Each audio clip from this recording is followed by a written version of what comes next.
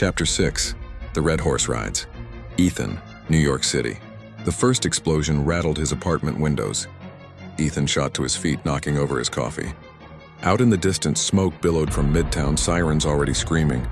A second blast lit the skyline red, brighter than lightning, louder than thunder. People in the street below panicked, scattering like insects under a torch. Gunfire cracked. Shouts turned into screams. And then Ethan heard it, the pounding of hooves, though there were no horses in Manhattan. The whispers roared inside his skull. The second seal is opened. When he looked back out the window, the smoke had taken shape. A massive stallion, red as fresh blood, galloped across the skyline, mane and tail of fire. Its rider raised a sword that burned brighter than the city lights, and as it swung, chaos spread beneath him. Riots, flames, murder. Ethan clutched the window frame, breathless. The world was ending. Mara, Los Angeles. The hospital ER turned battlefield in seconds. It began with the blackout. Lights snuffed, machines silenced, then came the shouts. A man dragged in with a gunshot wound, then another and another.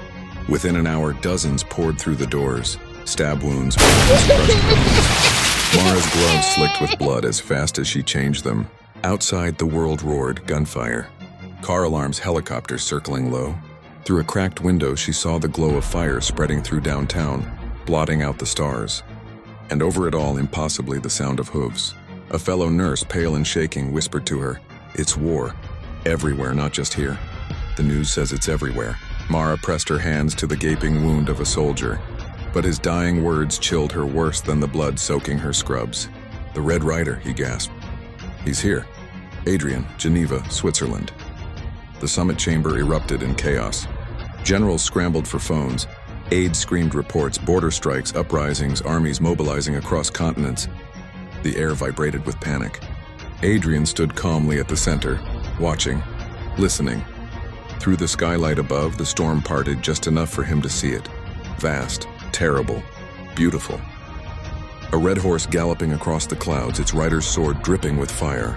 The others did not see, but Adrian did. And when the rider's eyes met his, Adrian felt no fear, only kinship. Jonah, Chicago. The church shook as sirens wailed outside.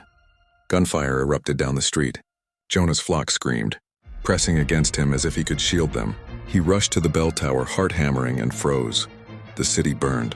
Blocks of flame consumed the skyline, smoke rising in pillars like sacrifices. Across the horizon, rivers of fire split neighborhoods apart. And above it, astride a horse the color of blood, the rider raised his sword. Jonah fell to his knees. Tears streaked his face as he whispered, "It has begun." But even as he prayed, he heard the screams of his congregation below. The war had already reached his door,